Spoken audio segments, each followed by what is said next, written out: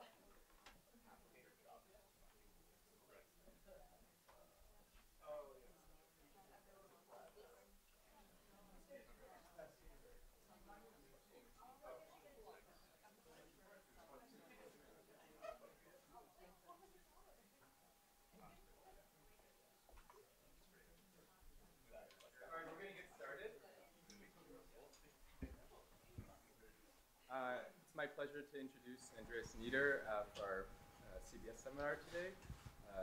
Dr. Nieder is coming from the University of Tübingen, where he's a professor of biology and the director of the Institute of Neurobiology. And he's best known for what is the topic of his talk today, the studies of the neuroscience of number. And there's a sort of interesting prehistory to this because psychologists have been interested in studying number for centuries. But the problem was that a lot of the mathematically well-specified hypotheses about the nature of number representation were somewhat behaviorally non-identifiable. So it was not entirely clear whether, for example, distortions of number representation in behavior arose from linear scaling of numerical representation with some kind of magnitude-dependent noise, or nonlinear scaling with magnitude-independent noise. So these were the kinds of questions that could produce similar patterns of behavior, but it was hard to disentangle the underlying computational hypotheses. And so one of Dr. Nieder's signature contributions over the years has been to use neural data to disentangle these different computational hypotheses to, for example, provide evidence in favor of nonlinear compression as opposed to linear compression of number. And he's shown that through single unit recordings of neurons in prefrontal and parietal cortex in monkeys, and later electrophysiology in crows.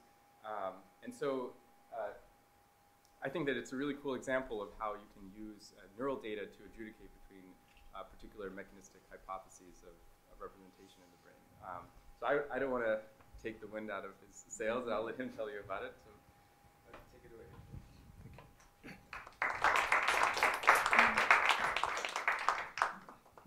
Thank you very much. It's a huge pleasure to be here at Harvard, obviously, I should say. Thanks very much for the invitation. In a way, I'm returning with a topic that I started here in Cambridge, so not at Harvard, but at the other great university a few meters down the river, at MIT, where I had the chance to become a postdoc in Earl Miller's lab, which was the best that could happen to me. And he embarked with me on this adventure to study or delve into the number brain. And I would like to share some of the results that we collected over the last 20 years. And obviously, when you think about numbers, we tend to think about symbolic numbers, right? Numerals and number words that we use to count and process in a symbolic way.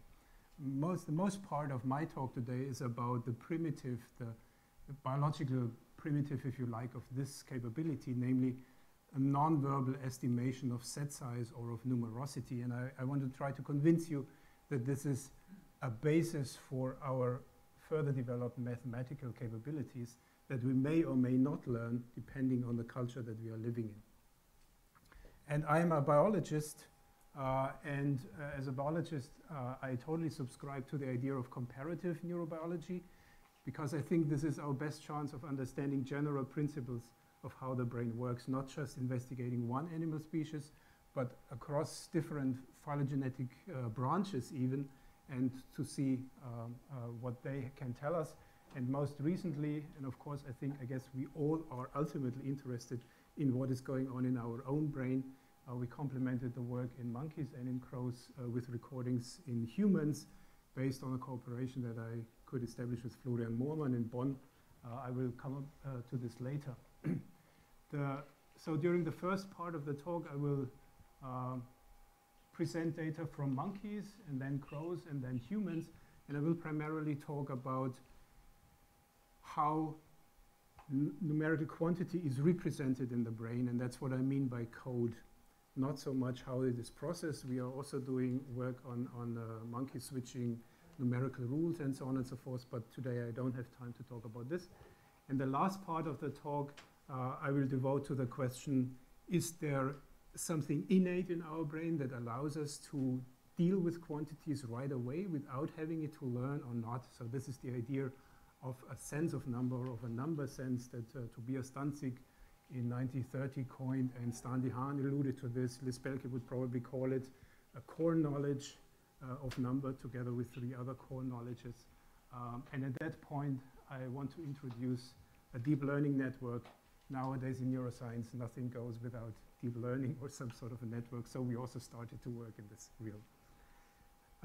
But the first question is, can we really be convinced that the processing of non-symbolic set size is a precursor for mathematical capabilities? And I think there are at least three strong lines of evidence that support this notion.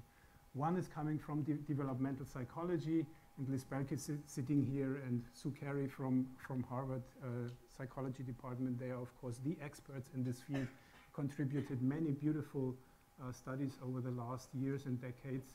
And I'm not going into the details, but it's very obvious by now that infants, even before they can speak, even 50 hours old after they have been born, can discriminate set size. And recent studies and 3 meta-studies also indicated that the precision with which children can discriminate set size is a predictor of their later mathematical performance in school. So I think this is very convincing evidence, ontogenetic evidence, that there's something in the brain that we can use and build up. Another sort of evidence comes from anthropology. There are several cultures still. The red dots here on this world card indicate these cultures that have been investigated that have not learned to count symbolically, so they do not have numbers or numbers word, or if they have them, very rudimentary number words.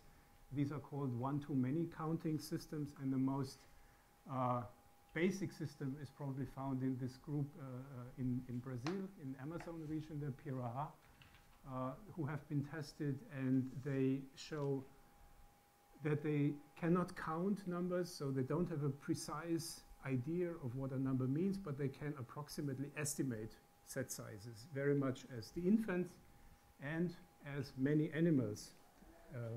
Actually, all the animals, except for reptiles, I should say, but all the other animals that have been studied so far have some sort of capability to discriminate numerical set size.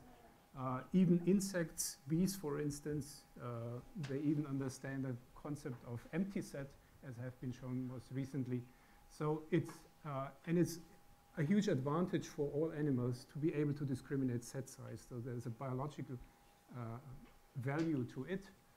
2 situations are depicted here. One is foraging, so it's obviously an advantage if an animal can discriminate more food items from fewer food items to usually pick the more food items. That's a survival benefit.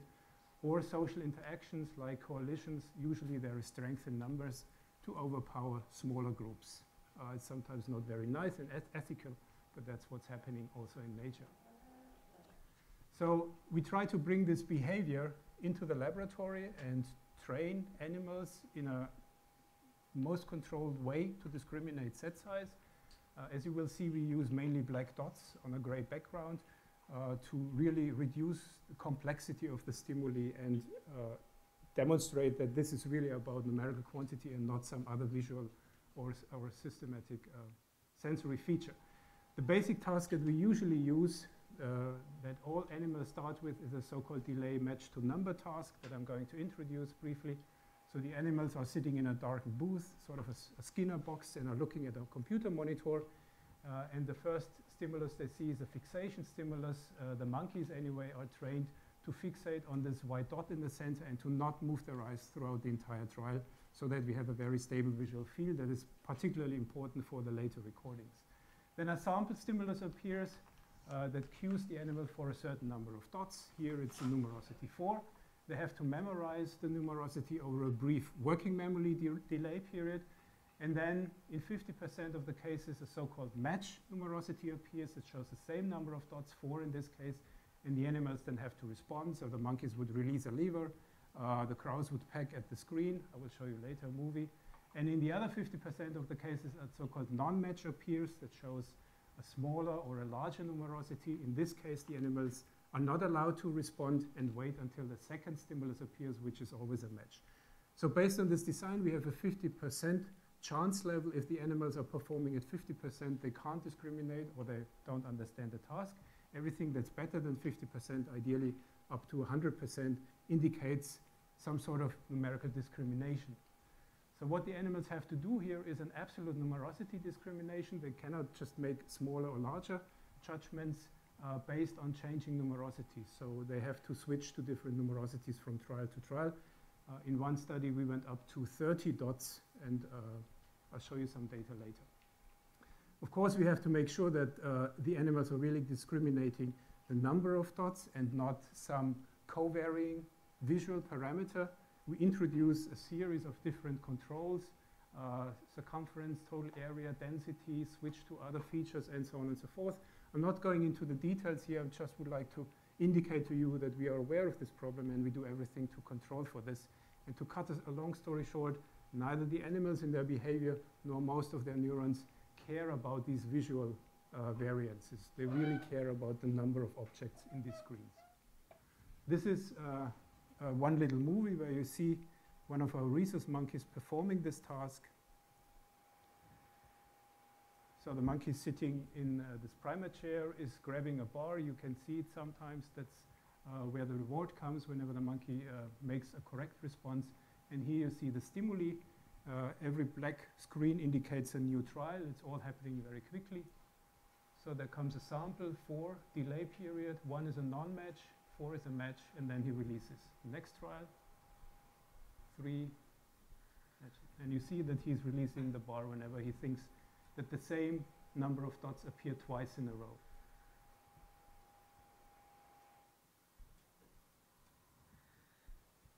So you see they're working very concentrated, performing a few hundred trials, and this is also how it would look when we would record, except that the head of the monkey would also be stabilized, and we would of course have electrodes to record from.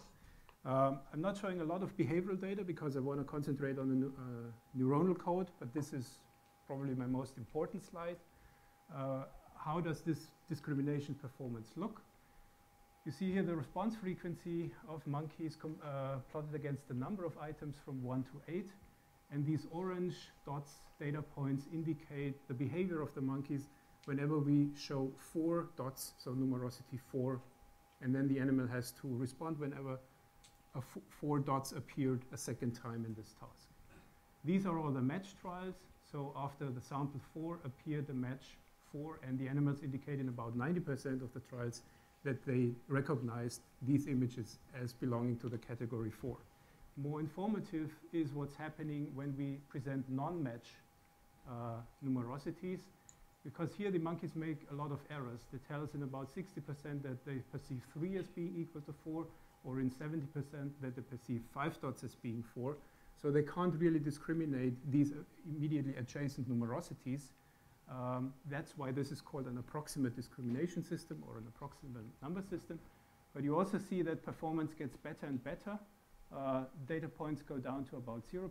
So that means that the animals make fewer and fewer errors whenever the numerical distance is enlarged compared to the sample numerosity. And this is a very well-known numerical distance effect, very characteristic for this system to discriminate numerosities.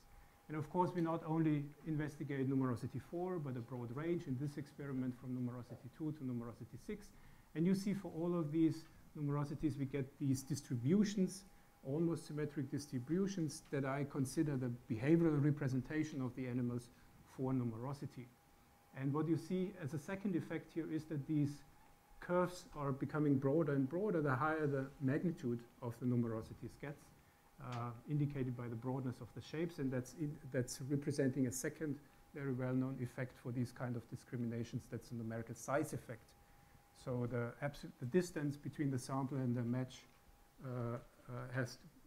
between two matching numerosities, no, between the sample and the non-matching numerosity has to increase for the animals to be able to say that they are not the same numerosity. And in addition, but I'm not showing you the data, when you look very closely, these functions are not entirely symmetric. They are slightly skewed. So when we plot the same functions on a logarithmic scale or on weak power function scales, then they become much more symmetric, and we fit them then with Gaussians to quantify this effect. And we saw in several animals and also in humans, as I will show you later, that these representations are best described on a non-linearly compressed scale, maybe a logarithmic scale or a weak power function. Ultimately, of course, we want to record from the neurons in the brain while the animals, the monkeys, are here performing the tasks. Here you see a lateral view of a primate brain, of a monkey brain. Left would be anterior, as you can see by the eyes. And the two areas we are most interested in, first because they are two association areas that synthesize information, and that's something we would require from such an area, that they can synthesize across sensory modalities. And second, we have ample evidence from humans as well that these two areas are the most importantly here. The first one is the dorsolateral prefrontal cortex in the primates, and the other one is area VIP, ventral intraparietal area, deep in the fundus of the intraparietal sulcus. So we go in with multiple electrodes and record action potentials, and that's what I'd like to present today, so exclusively action potentials. And indeed, we find neurons that are specifically interested in the number of objects and the number of items in these displays. They are what I would call here numerosity selective or number neurons. Even more colloquial, I hope you're not disturbed by this. And this is a neuron that is nicely tuned to 2 dots or number 2. And you will see these kind of displays several times throughout the talk, so I try to explain them. These are the responses of one single neuron to different numerosities. The top display shows a dot raster histogram. Every line is a single trial, and every dot is an action potential. And in this experiment, we presented 1 to 30 dots, and all of these numerosities are here classified and ordered. Of course, they were represented pseudo-randomized so that the animals could not predict which numerosity they could expect. And the same kind of data are here plotted as spike density histogram, which is basically the instantaneous average firing rate of this neuron to all the different numerosities. Some of them are color-coded here so that you can discriminate them better. The first 500 milliseconds here, this is pure fixation time, so we don't expect the neuron to do anything interesting, and of course they respond more or less equally. Then we present the sample numerosity, and what you see here is the neuron discharges mainly to numerosity 2, and then a little bit to 4 and to 6 and to 1, so the immediately adjacent numerosities. And this neuron also has nice sustained activity during the delay period. And we think this is a correlate of working memory, at least one of the correlates of working memory. Currently, it's debated whether there is also a dynamic code. But this neuron definitely conveys this information and bridges this temporal gap until the monkey has to decide whether this is a match or a non-matching numerosity. And we can integrate over this, these phases, the sample and the delay phase, to create tuning curves. You see them here. So that would be the firing rate plotted against the number of items. Peak of the tuning curve is for numerosity 2 here in the sample and in the delay period, and that's all statistically significant based on a analysis of variance, and this neuron does not care about the changing of the visual appearance of the displays.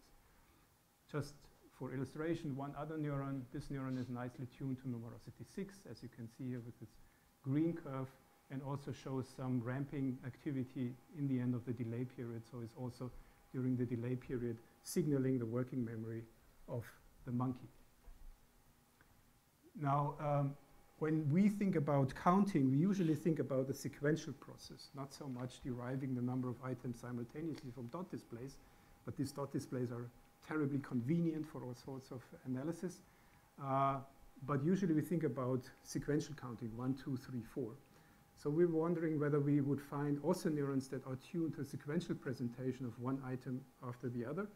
And not only this in the visual domain, but also in the auditory domain. So would neurons really integrate across sensory modalities to represent the number of items in a most abstract way? That's something we would at least demand if there is something like an abstract sense of number in our brain. So what we did here is to train animals in the sample period to enumerate, to add up, if you like, one dot after the other. And in the sample period, we showed 1, 2, 3, or 4 dots in a row. And after a delay period, they had to match it to this multiple dot displays. Or alternatively, in the same session, auditory sounds, 1 to 4, that they then also had to match to the visual stimuli here. To cut a long story short, yes, indeed, we found, at least in the prefrontal cortex, about 20% of the neurons, which is a relatively large sample size of randomly collected neurons, that specifically encode the number of sequentially displayed items, irrespective of whether they were presented with sounds or with visual dots. So for instance, the green curve, that's a neuron that is tuned to numerosity 3 for dots. That's the solid line, or for, no, sorry, the solid line is for the sounds, and the dot line is for the dots. I have to say, we did not find such neurons in the parietal lobe, where we think actually that at least in educated humans, numbers are first represented in the posterior parietal cortex. We only found such neurons in the prefrontal cortex, which, however, matches nicely the results found in children, because it seems when we learn as children to count that this association, this multimodal association, also later the transition from the non-symbolic to the symbolic code, is first represented in the prefrontal cortex and then later in development shifted back to the parietal lobe. Right. Most recently, we were also becoming kind of crazy, wondering whether monkeys could also represent the empty set or numerosity 0. Liz Brennan was doing nice behavioral work. I've seen that she will be here in about a month. Maybe she's telling more about this. This is the only slide that I will present about numerosity 0. 0 in general is a fascinating number. If you have a chance to learn about it, originally developed in India, it's really the door opener of higher mathematics. One of the biggest cultural inventions probably that we had, at least in mathematics, but then also in technology and science.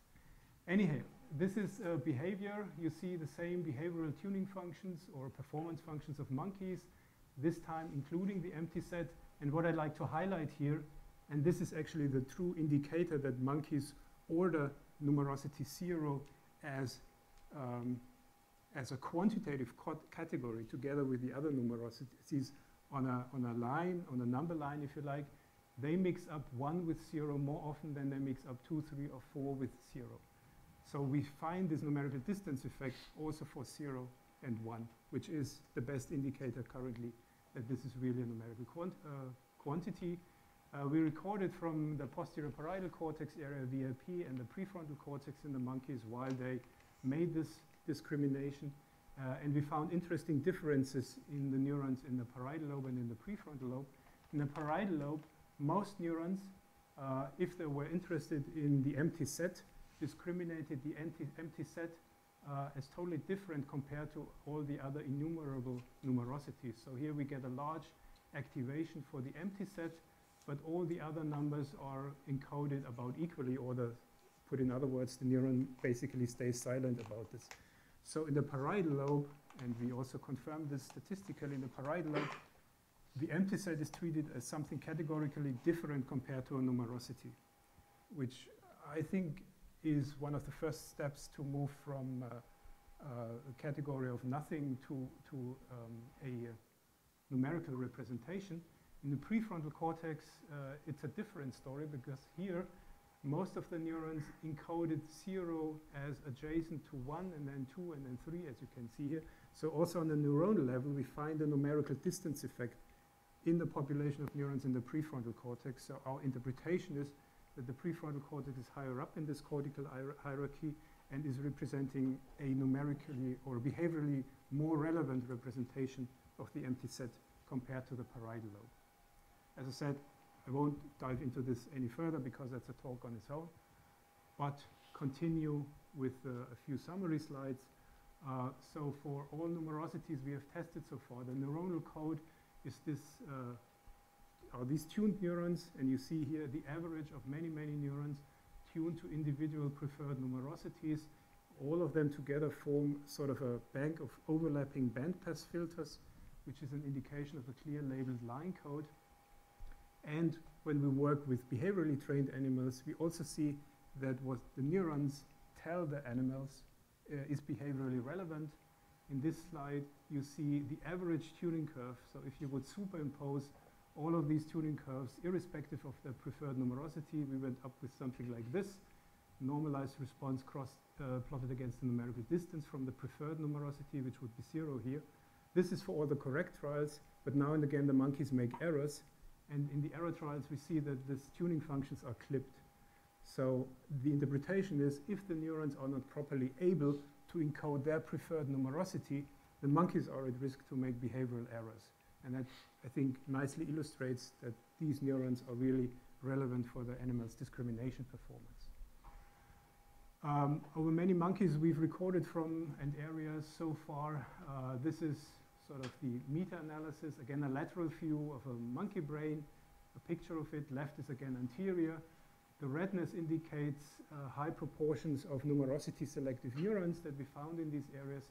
And you will see here that in the prefrontal cortex and in the fundus of the interparietal sulcus, this area VIP, we found 20, sometimes up to 30% of randomly selected neurons that prefer one of the shown numerosities as a preferred numerosity. That doesn't mean that these neurons exclusively represent numerosity. That would be a misunderstanding. Usually these neurons are also engaged in other tasks. But at the very least, this is a genuine representation of numerical quantity. And the other white areas here, here we hardly find any neurons. And of course, because we are working in a non-human primate, the question is, can these data be transferred to our own human brain? And the answer, I think, is a clear yes. What I would like to, no, first of all, if you have these two areas, then the question is, which of these areas is leading, which of these areas may be first in the cortical hierarchy.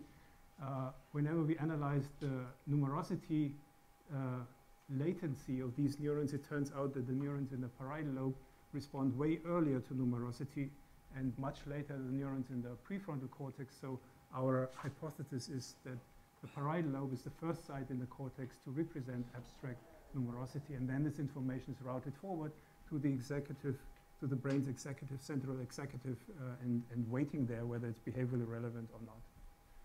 Now here finally are 3 lines of evidence of human data. This is a graphically inflated human brain, and the yellow areas are activations that have been measured in a meta-analysis over 30 or more functional imaging studies in humans.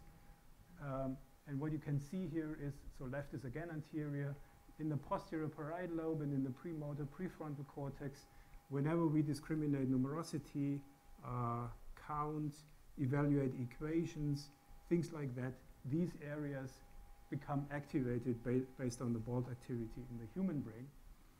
Lesion studies is very direct evidence that these areas are really causally related.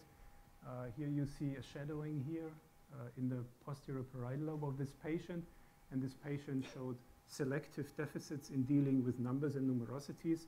There's many cases now reported where humans develop very peculiar deficits in dealing with numbers. One patient, for instance, could only count up to 4, and all numbers beyond 4 were totally wiped out. Another patient could do subtraction, but only if the result of a subtraction was a positive number. All negative numbers were suddenly gone after such an insult. But that's a very causal and direct relationship, and another very direct investigation would be to stimulate during neurosurgical interventions these areas in the brain for speech and language functions. One would find an arrest of speech. Yes, please. In a trained monkey, if you would lesion either the parietal, this area in the frontal cortex, have you ever looked at the performance? Yes, we didn't do this. Yun Tanji in Japan did this. He lesioned part of the posterior parietal cortex with Muscimol, and he showed that there are selective deficits in monkey making a certain number of hand movements. Silencing or lesioning? Not transiently lesioning. No, it's only Muscimol. Yes. So the performance recovered after the drug was washed out. So I think it's very convincing that these areas are really involved causally in discounting abilities. Yeah. Now, so far, non-human primate, rhesus monkey, we are relatively closely related, so that's a phylogenetic tree, relatively closely related with the rhesus monkey's last common ancestor about 30, 35 million years ago. That's in terms of evolutionary times relatively recent. And of course, we humans share with the monkeys a nice 6-layered neocortex. But there are other vertebrates who evolved a totally different end brain design, but are still very smart. And among these animals, I would like to highlight songbirds, more specifically corvid songbirds, that descended actually from reptiles. So in a strict zoological sense, they can be regarded as reptiles, if you like, feathered reptiles. And we share with bird the last common ancestor about 320 million years ago, so an order of magnitude. A long, long time ago. At that point, these humble creatures probably didn't have even a very developed end brain at all. Definitely not the way that we see it now. And because I'm a biologist, I'm interested in this phylogenetic evolutionary development, and we are now doing comparative studies also with crows.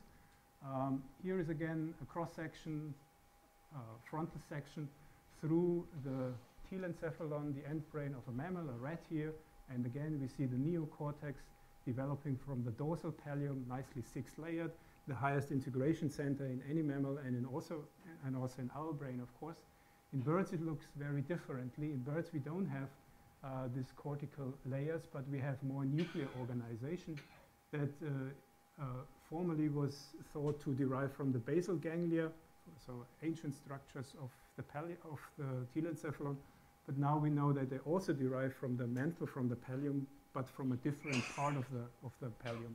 So this is a very nice example of convergent evolution of high-level end brain structures that we have in mammals and in birds. If you like, it's the same dough that is being used to make such an end brain, but the organization is very differently. It's like this marble case in birds compared to a layered cake organization in mammals. But despite these differences in end brain design, corvids in particular can be surprisingly smart.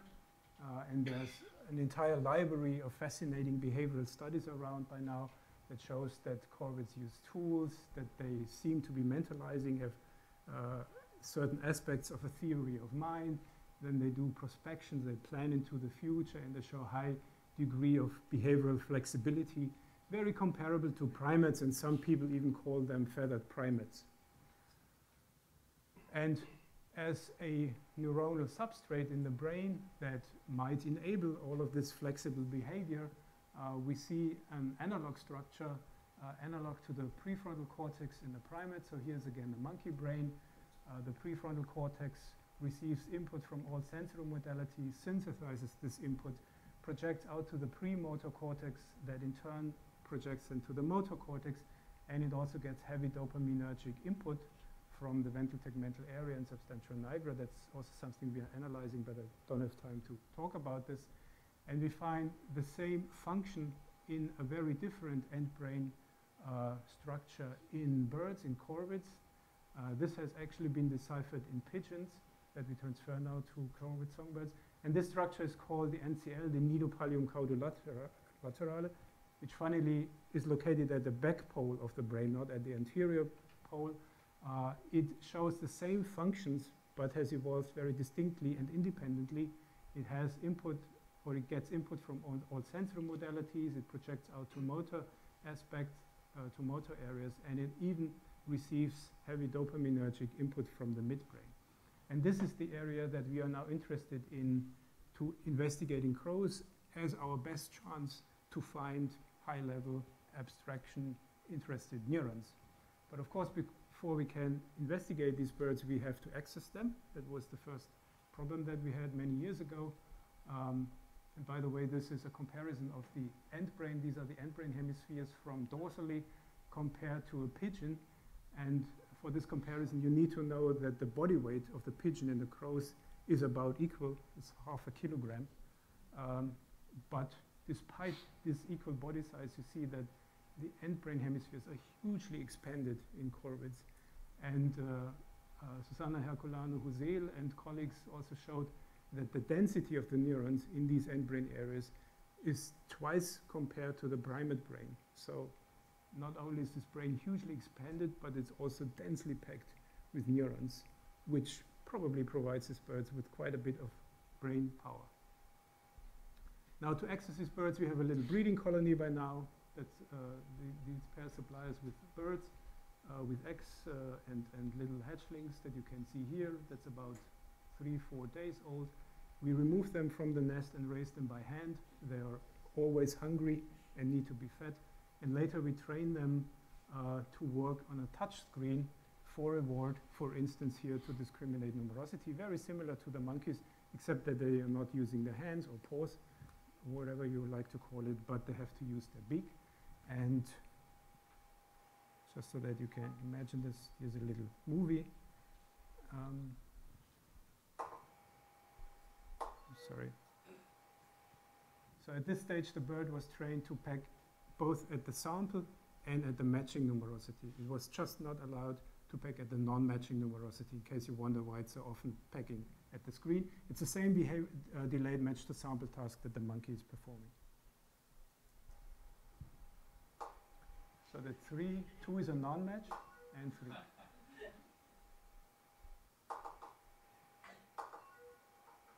And he's rewarded with bird seeds or mealworms that we love.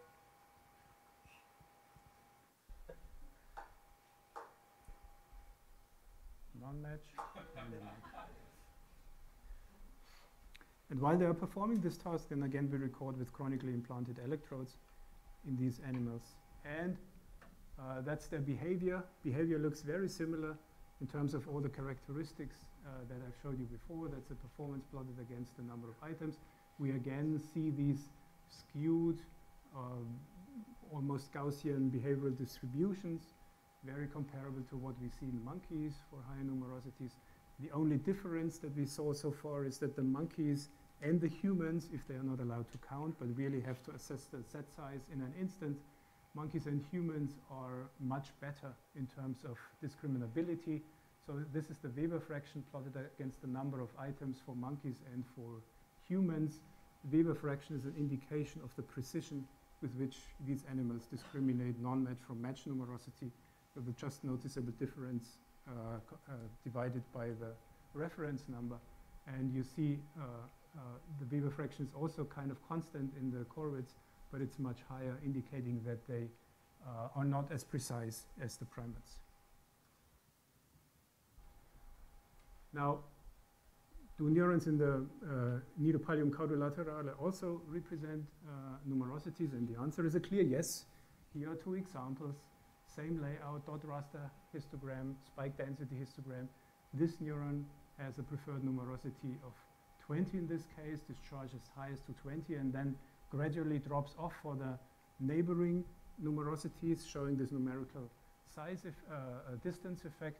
Another neuron that was nicely activated during the delay, the working memory period, and is encoding here the 2 as a preferred numerosity. So, and again, when the animals, the crows, make error, the discharge rate here depicted in red is decreased for 2 example neurons, again indicating that the coding of these neurons is really relevant for the animal's behavior. Now, so far we've been working in monkeys and in crows, but of course at some point we also really would like to know whether this code is also present in the human brain. And of course it's not very often possible, it's rarely possible to record in the human brain. That can only be done under certain circumstances in the clinical settings and as part of a medical intervention. So in this case, I'm very happy that Florian Moormann embarked with me recently on this journey. He is an epileptologist at the University Clinic in Bonn. And in certain cases of epilepsy, it's necessary to implant electrodes into the brain, find the hemisphere and the spots in the brain that are causing the problem, to later remove them surgically. And if the patients are willing, they can perform certain behavioral tasks while they are waiting for these therapeutic and diagnostic measurements to be completed. And of course, all of this is only happening with written consensus of the patients. So for that, we use this kind of electrodes that are very common in this field. These are the diagnostic electrode contacts, and here are microelectrodes with which it's possible to record single cell activity, because these problems mainly arise from areas in the medial temporal lobe.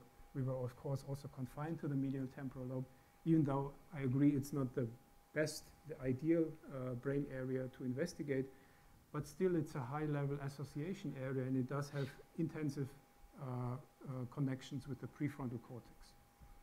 And so while the patients are waiting in the bed until the measurements are completed, they can perform these tasks on touch screens.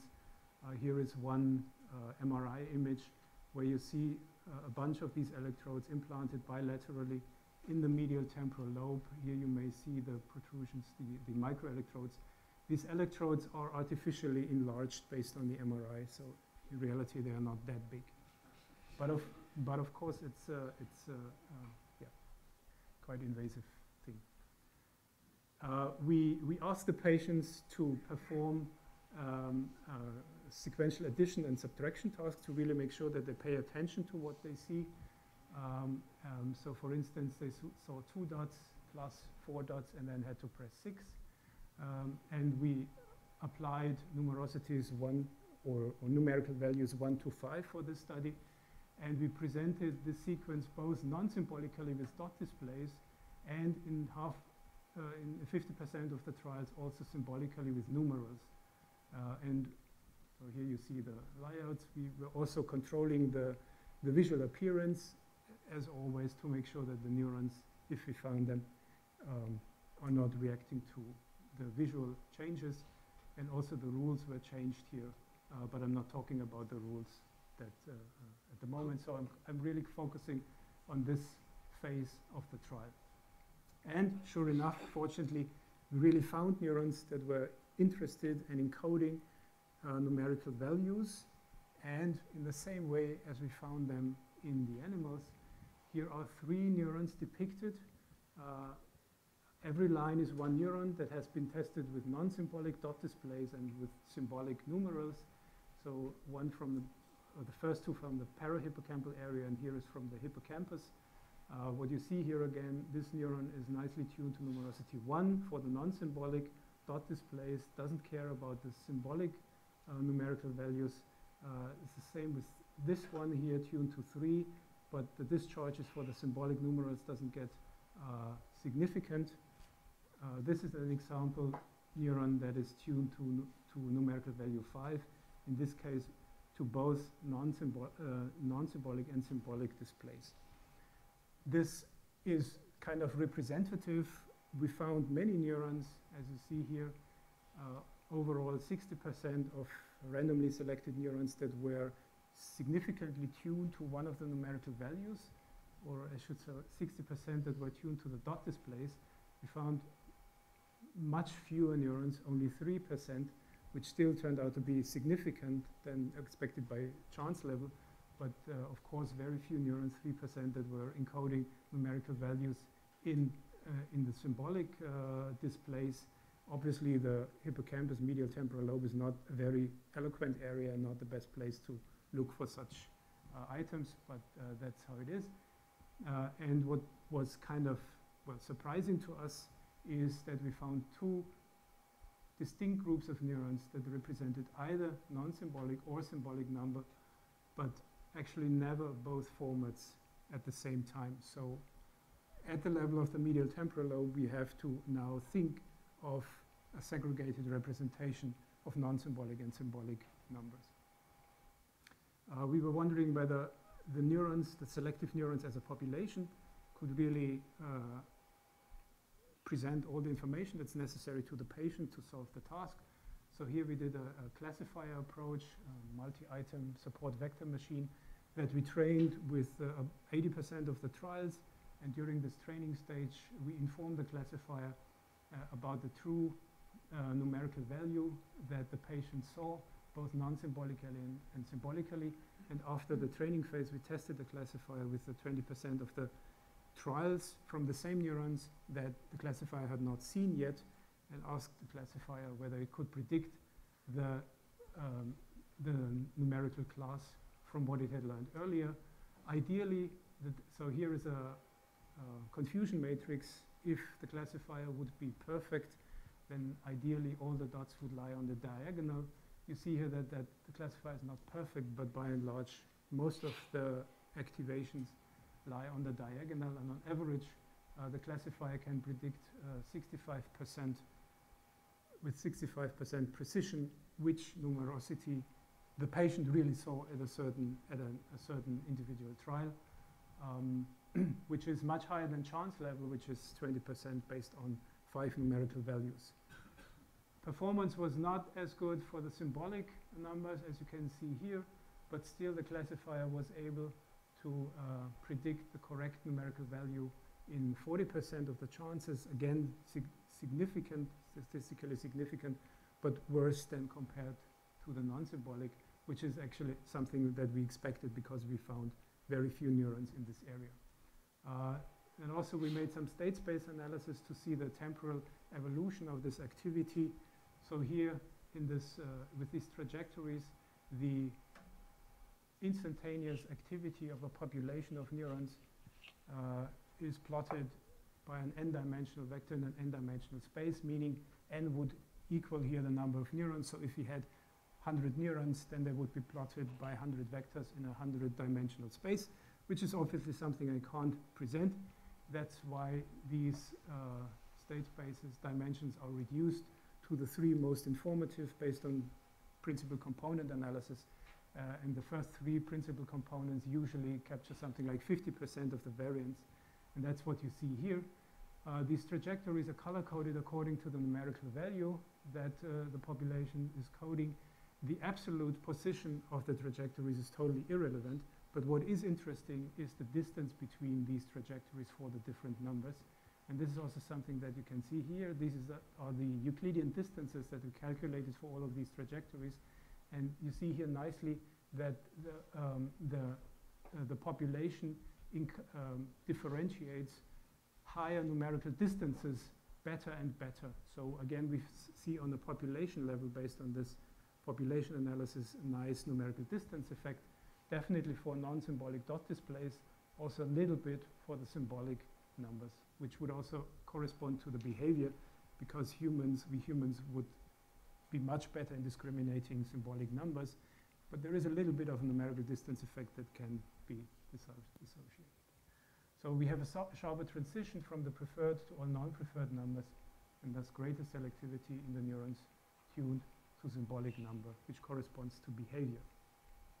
Now, during the last part of my talk, I briefly like to address this question, could there be an innate number sense? So all the data that I presented so far were collected in behaving humans and animals.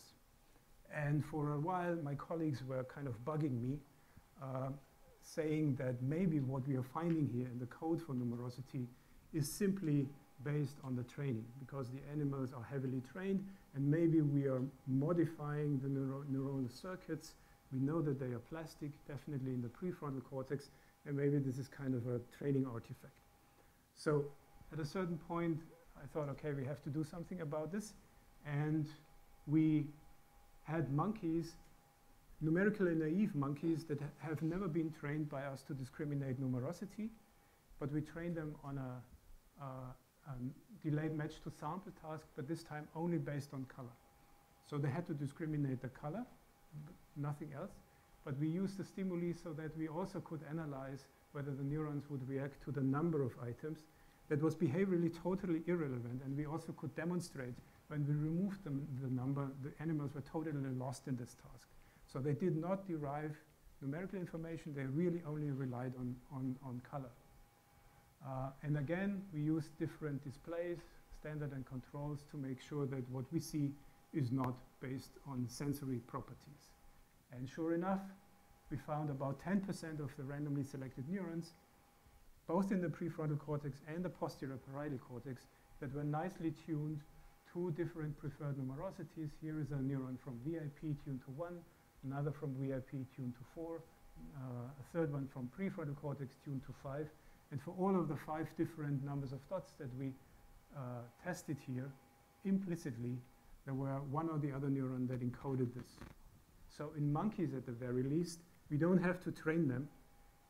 They already have these neurons in the brain. Most recently, we did exactly the same in the crows, to look in the crows. And again, we found nicely tuned neurons. So the bottom line is the number neurons exist, at least in the brains of animals, spontaneously, without us training them. I'm tempted to say that they are represented innately. I can't really say that, because for that we would have to investigate animals that have no sensory experience that could train the brain to discriminate numerosities, because of course these animals had their natural environment in which they were raised, and maybe this alone was sufficient for them to have such neurons created throughout ontogeny. So, but if I should be provocative, and maybe I can be this here in this talk, I would say that it's probably innately represented in the brain as a kind of an intuition what numerical quantity means. The question, of course, is how could we conceive of number neurons becoming developed in visual areas without any training? And at that point, and that's the last part here, we resorted to a network, neuronal network. So we designed a hierarchical convolutional neural network that became quite popular recently because it nicely mimics processing of the visual system. It is organized in multiple layers, just like the visual system. We used 30 layers. It shows retinotopy, and we implemented lateral inhibition to have it as biologically inspired, as it is called, as possible. And the interesting aspect is we did not train this network to discriminate numbers. We only trained this network to discriminate and classify visual objects. Here are 6 example pictures that we used for training, and then to see whether the neuron really learned its job. Here are some examples. So the wolf spider was the training object, and then compared to a beetle, another spider, and so on. You see that this network really did its job. That's what it was meant for and designed for originally. So it is able to discriminate objects. And then we were interested, well, maybe this neuron can also discriminate numerosities, or maybe we can even find artificial neurons in this network that were spontaneously becoming tuned to the number of dots in certain displays. So we presented this network with the exact dot numerosities, again in a controlled way, and simply asked in these upper layers how would they react to these different numerosities.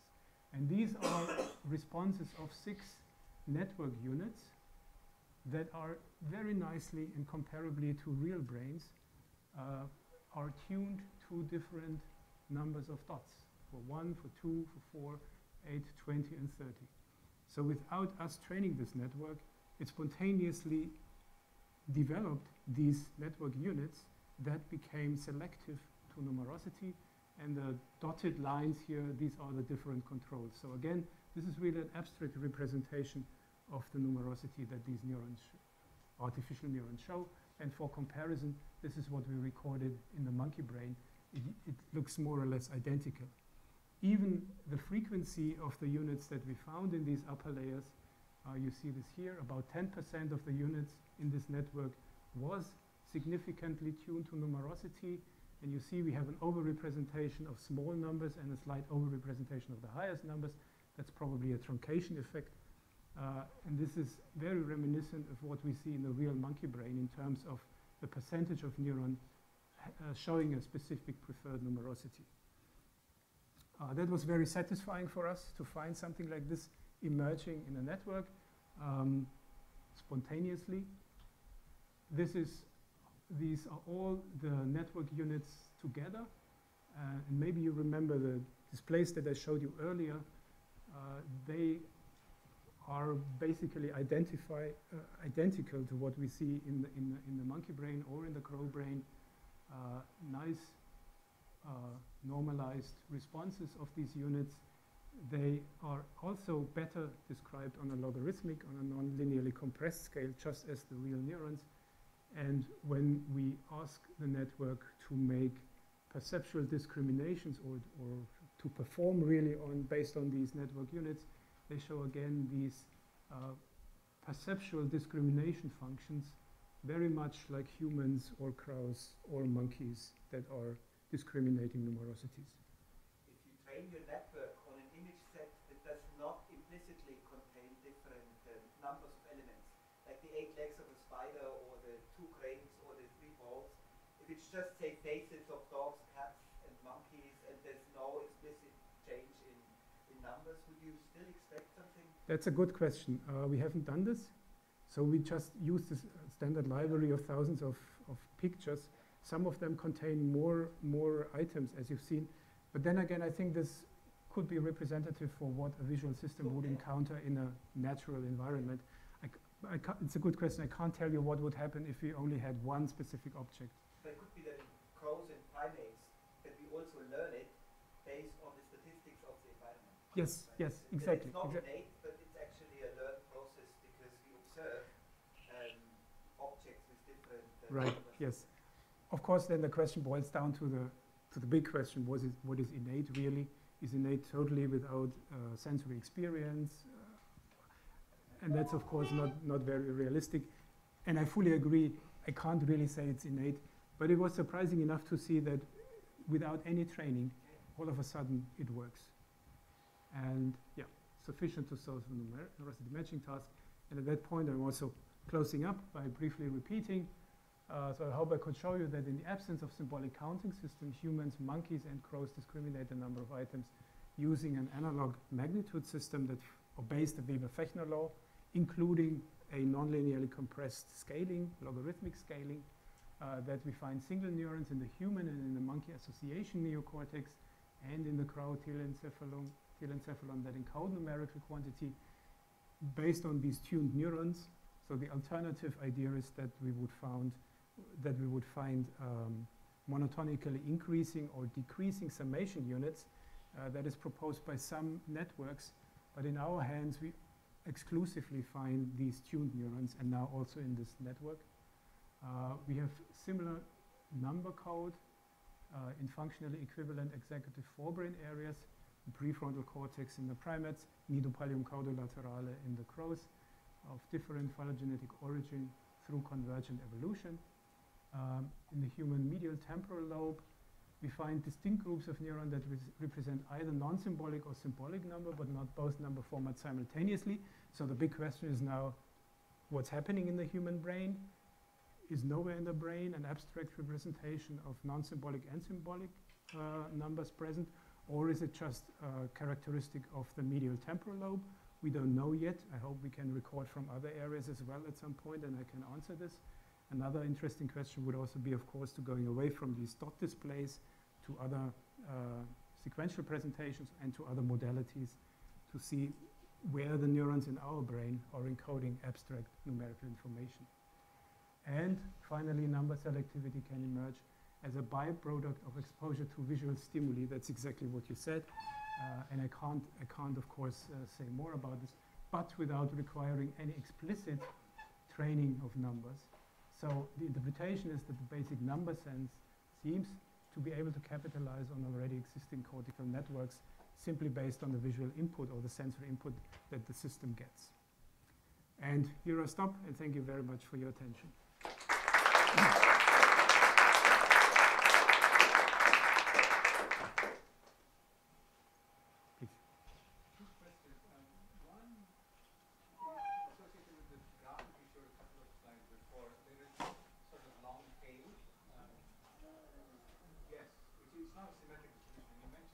Yeah. Before as well. Maybe I missed it, but do you have a sense as to why you get this asymmetry in the distribution? The distribution, oh yes. That's what you mean? No, the next one. Frequency? So it's not symmetric at all, right? So you get the long tail in the response frequency. Yeah, it's much steeper towards low exactly. and much shallower towards high frequency. And why is that to be expected? Expected based on the Weber-Fechner law. So it should be harder, and both people, networks, and animals mix up larger numerosities from a standard numerosities more easily at a given numerical distance compared to smaller numerosities at the same numerical distance. Thank you for clarifying that. Then you mentioned the logarithm, and there's always this question of whether it's a power law Yes. or a logarithm. Absolutely right. Is there any way in your data to be able to distinguish, or it's just too little? That's yes. If I were to be careful, I should say non-linearly compressed. We also tested 2-weak power functions precisely because of this, that there are also other non-linear compressed schemes. And the result was that in absolute terms, the goodness of fit was best for the logarithmic scale, but it was indistinguishable statistically from the other 2-weak power function scalings. And all of the 3 non-linearly compression scales were statistically better compared to the linear scale. Because conceptually, of course, the logarithm is very different from a power law. The logarithm is not scale invariant, the power law is. Because its notion of invariance has to be deeper. I don't know. Yeah. That's again, so I can't really discriminate between the power function and the logarithm. I can only say that in absolute terms, the logarithm was always the best, but only mildly so. Yes, please. When you compare the responses of the neurons in that gorgeous study where you train the animals on color to the earliest ones that you presented where you're actually training them on number, do you see any difference in the precision of the tuning function for the Yes. individual neurons? Thank you for this question. I meant to say this. After we had these 2 monkeys, initially naive to numerosities, recorded from, we trained them to discriminate now the number of the items in these displays and forget about the color. What we find is that area VIP doesn't care about this. Same number of neurons, same selectivity. But the neurons in the prefrontal cortex became more selective and more abundant. Not hugely so, but a few %. So it seems that the networks in the prefrontal cortex are responsive to this training, but not in an all or nothing way, but a little bit. But as far as the parietal neurons go, one, I think, really interesting possibility that all those findings suggest is that not only are they there without specific training, but they may be highly resistant to change. And in a way, I think that might make sense, that in your training regime, you're making it highly worth the animal's while to be distinguishing nearby numbers. But in the world, it's probably much more useful to know that you've seen approximately 5 things and that it wouldn't be surprising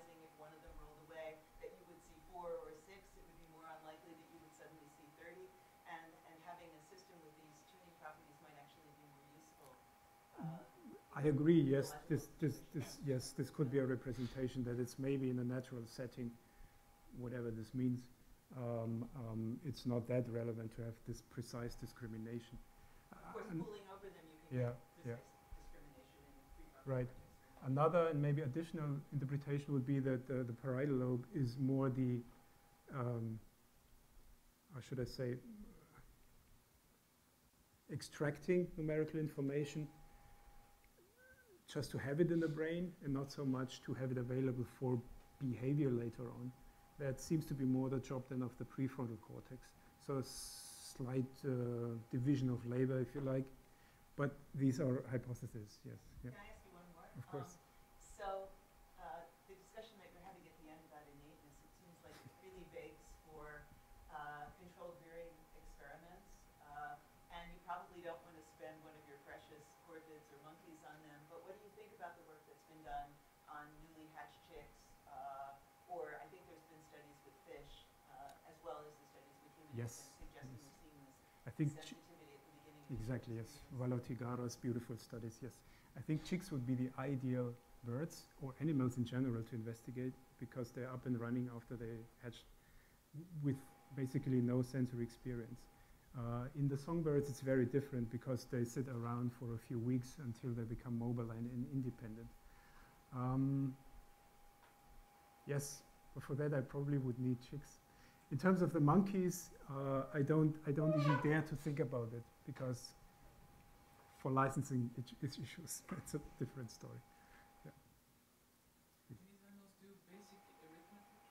I mean, they have the capacity to represent numbers. They can import numbers. Yes, yes, yes. So what we did so far, and the data that we recorded also are from monkeys and crows. Actually, we were doing greater than, less than rule switching tasks, and for that we find beautiful neurons that are encoding these abstract concepts of greater than, less than.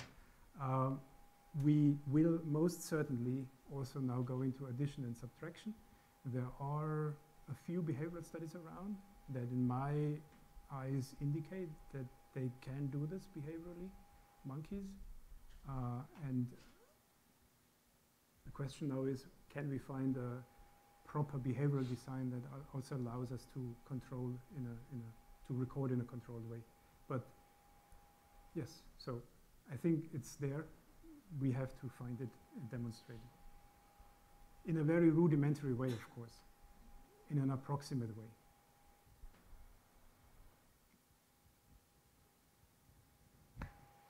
Okay. Thank you.